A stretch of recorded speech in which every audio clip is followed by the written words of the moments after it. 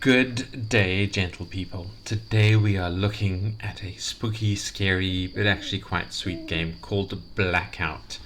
This game has been around for a while, and I remember playing it some years ago. I remember enjoying it thoroughly, and it suddenly popped up in the popular feed again. So I thought, well, let's give it a showcase. Let's let people see it and enjoy it. And I heartily recommend you come and play it. It's a very, very cute little kind of puzzle game. You know, in that sort of escape room vibe where you're wandering around this house looking for things, trying to solve what's going on.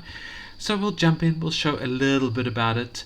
We'll probably give it a little bit of critique just to try and help those of you who are working on the dev side of things, just to give you some ideas and things to think about. I don't think the developers are working on this game too much. I think they might have remastered it recently, but other than that, yeah, I don't think this is being worked on. I don't think it needs to be. I think it's pretty well polished, but yeah, it's pretty good. So let us, okay, we've looked at the settings, which given us to full screen. There is a volume control, some text speed adjustments, a little bit of quality of life stuff, but not too much. And this is us here. We are this young witchy lady trying to reach a nest. And then the game starts. Oh, and we slip and we fall. Apparently hit a cat. Oh, ow, I hit my head. Where am I? Who am I? So we have hit our head and we have a bit of amnesia. We don't know where we are, how we've started, and what's going on. It's a broom. Did I fly here on this? Okay, now important to note, there's one thing that this game doesn't really explain, but you do need to know to play it, is that you can click on things multiple times to get multiple looks at it. Sometimes when you first click on something, you just go, ooh, it's that thing. And then you have to click on it again to go, oh, I can actually do something with it. So we refuse to climb up the ladders. We think we hate ladders. We think. We can look through the window. It's really dark in there. We can try and open the door. It's locked. We can try and open, well, look at the vines. Vines are climbing the wall. Pretty. Full colors. I like them. So you see, we keep clicking on the vines and we get two different responses, and there's no signifier to tell us what those responses are.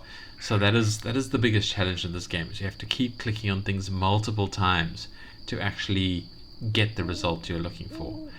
And here we have a skull. So a skull, that's rather macabre, isn't it? And now we click on it again and we lift the skull. We go, hey, what's that? I bet this unlocks the door. So now we have inventory with a key. We click on the key and we click on the door and we unlock it. It fits. Open the door and uh-oh, there is a dead person on the ground. Is that a corpse? I need to get out of here. So we can't do anything with the corpse, but we are very scared of it. We can look around the room a little bit. We go, oh, it's a painting of a rose. An ashtray. Ugh, bed smokers. And a plant. A plant. It's a beautiful night. Another plant. Oh, a vine. It's climbing up the wall. It is rather nice, actually. Oh, another body. Ah, another corpse. Alright, if we look at the cat, it does a horrible growling. So what is that thing? It's huge. I'm not going near that beast. You can look at this on the wall. Talk about menacing venison. It's quite a nice one. A plant. Let's step into this room. We can go, ooh, what do we have here? Now we see a poster. We see a thing sparkling at the top there. There's something up there. We don't know what it is. We can have a look at ourselves. But we believe that... well, we can't click out of it. I look terrible. Imagine spending 5 nights with this. And what a messy bed. It reminds me of, wait, I have amnesia. A diary. It's too dark. I wouldn't be able to read it even if I wanted to. And in here, we have the row of paintings. A portrait. Something is written on the frame, but it's too dark to read. Still too dark to read, but we do have a stool over here. An old handcrafted stool. It doesn't look very comfortable, but we pick it up.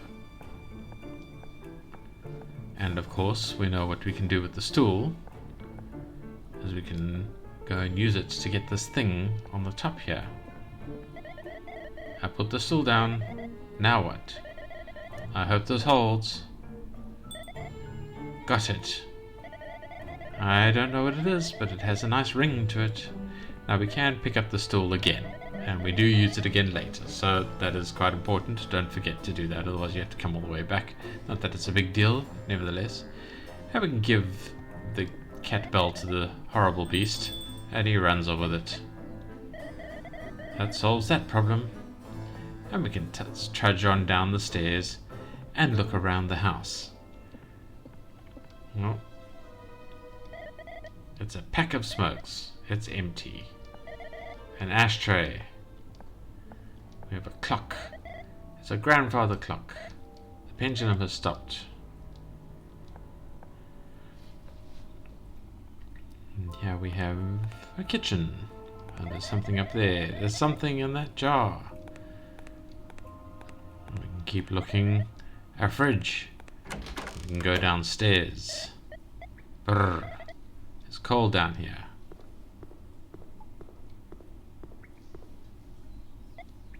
I have a bad feeling about this. Ah, there's a thing. What is that thing? No, I don't want to die. Perhaps I can scare it off.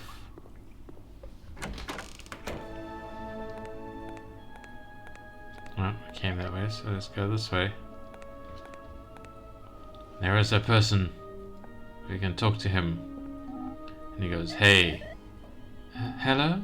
Nicotine. What? You heard me. Nicotine. Upstairs. So yeah, don't forget to click multiple times on people. We can actually go past him and go and fetch a mug. That's one ugly mug. And I'm its new owner. Lucky me. We trudge on through. And there is a person on the floor. It's a corpse. And there is a door here that is taped shut. The door is taped shut. We can't peel the tape off. There is a vent, but it's a vent. No, stop. This isn't Die Hard. So we cannot do anything with the vent. And here we have another figure. It goes, drink. Bathtub. I think it's thirsty. And a drawer over here that we cannot open because the handle is missing. With the right tool I could probably break it open. And that is where I'm going to stop showing off this rather pretty and actually quite sweetly done game. Very clever little game, very Halloween themed. It's a pity I didn't do it during Halloween, but it is far away, so I decided to have a look at it now and to recommend that you come and give it a gameplay.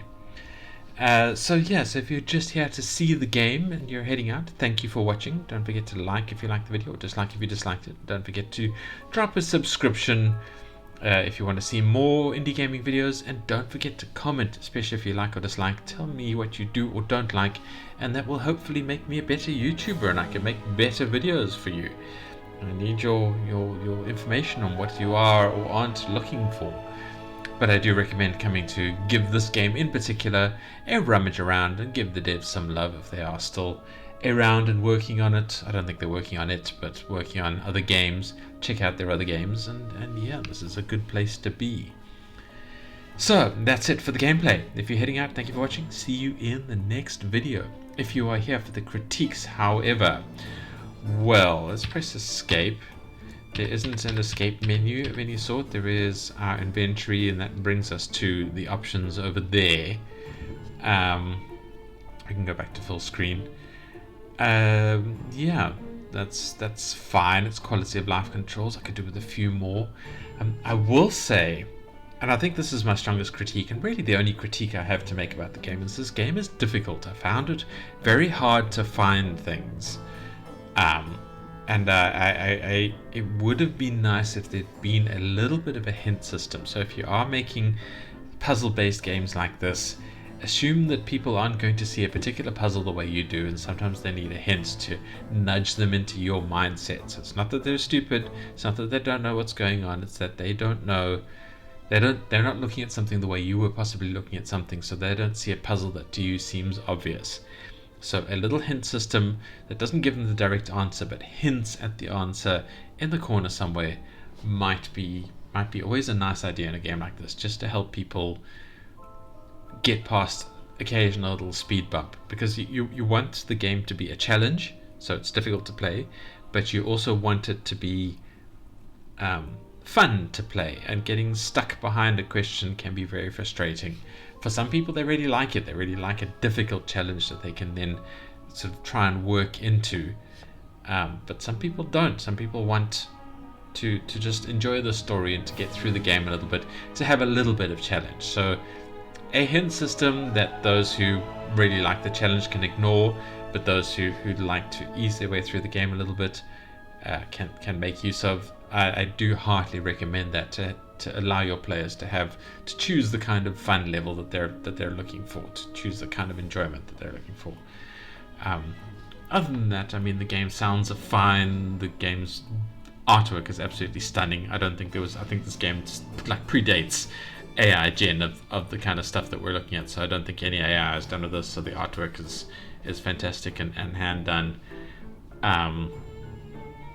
The game design, the gameplay, the game enjoyment is fine. As I said, a little bit of a hint just to help people get past some of the more difficult elements. I did finish the game. It has quite a clever little ending, but yeah, a hint system would have helped ease a little bit of frustration and made it a little bit more enjoyable for me. And yeah, so that's it. I mean, there's not much else I can say about this game. It's a good one. Come and play it. Check out what other stuff the dev has done. Give the dev some love. And I'll see you in the next video. And that's a goodbye from me. Goodbye.